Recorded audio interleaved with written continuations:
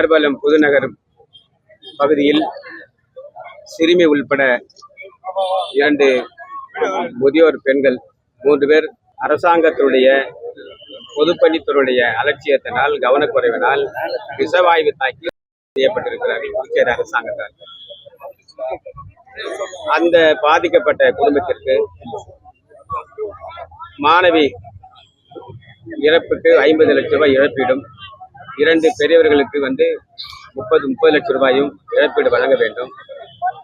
அந்த விஷவாயு தாக்கப்பட்டு மருத்துவமனையில் பாதிக்கப்பட்டு அனுமதிக்கப்பட்டிருக்கிற அந்த குடும்பத்திற்கும் பாதிப்பு அளவை மதிப்பிட்டு அவர்களுக்கும் நிவாரணம் வழங்க வேண்டும் கோரிக்கை முன்வைக்கிறோம். இந்த பாதிப்பு விஷவாயு தாக்குவதற்கு இந்த மரணத்துக்கு உரிய உயர்நீதிமன்ற நீதிபதி தலைமையில ஒரு உயர்மட்ட குழு விசாரணை செய்து இந்த மரணத்துக்கு காரணமான பொதுப்பணித்துறை ஊழியர்கள் மீது உரிய சட்டப்படி நடவடிக்கை எடுக்க வேண்டும் என்று கோரிக்கை முன்வைக்கிறோம். அதே போல அந்த கணக்கம் ஏரி பக்கத்தில் அமைந்திருக்கிற புதுச்சேரி இந்திரா காந்தி மருத்துவமனையில அங்கிருந்து வெளியேற்றப்படுகிற கழிவுநீருக்கு இந்த சுத்திகரிக்கப்பட்ட இதுதான் அங்கு பயன்படுத்துறாங்க.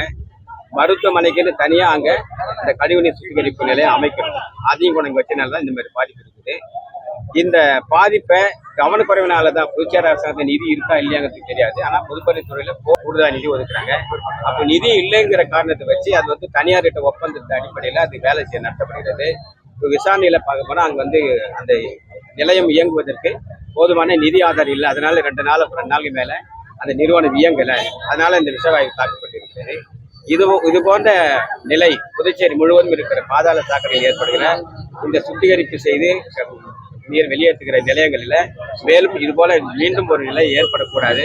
அதுக்கு பொதுப்பணித்துறை அரசு ஊழியர்களும் ஆளுகின்ற NR காங்கிரஸ் பாரதிய ஜனதா கட்சி ஆட்சியும் அது சரியா கவனம் செலுத்தி அதே புதுச்சேரி அரசாங்கம் சொல்லப்பட்டிருக்கிற அந்த நிதி போதுமானதா இல்லை. ஏன்னா அந்த அரசாங்கம் அதிகம் கவனக்குறைவா இறப்பு ஏற்பட்டல. அரசாங்கத்துடைய கவனக்குறைவு ஏற்பட்டதுனால அது குறிப்பா சொல்ல போனா அது தான். ஆக இந்த அரசாங்கம் தான் முழு பொறுப்பு ஏற்கணும். அதனால அறிவிச்சிருக்கிற அந்த இழப்பீடு போதுமானது இல்லை.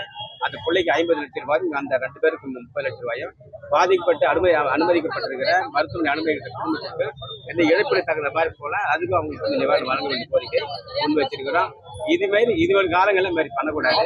இன்னைக்கு ஸ்மார்ட் சிட்டி மூலமா அந்த பொலிவு நகர மாற்றத்தின் அடிப்படையில தான் இந்த மாதிரியான ஊழல் மலிந்துதான் இந்த மாதிரி தவறு நடக்கிறது. இந்த தவறு நடக்காம புதுச்சேரி அரசாங்கம் இதை பார்த்துக்கணும். இந்த இறப்புக்கு முழுமையான பொறுப்பு தார்மீக பொறுப்பு பொதுப்பணித்துறை அமைச்சர் லட்சுமி நாராயணன் ராஜினாமா பண்ணணுங்கிறது எங்களை கோரிக்கையா முன்வைக்கும்.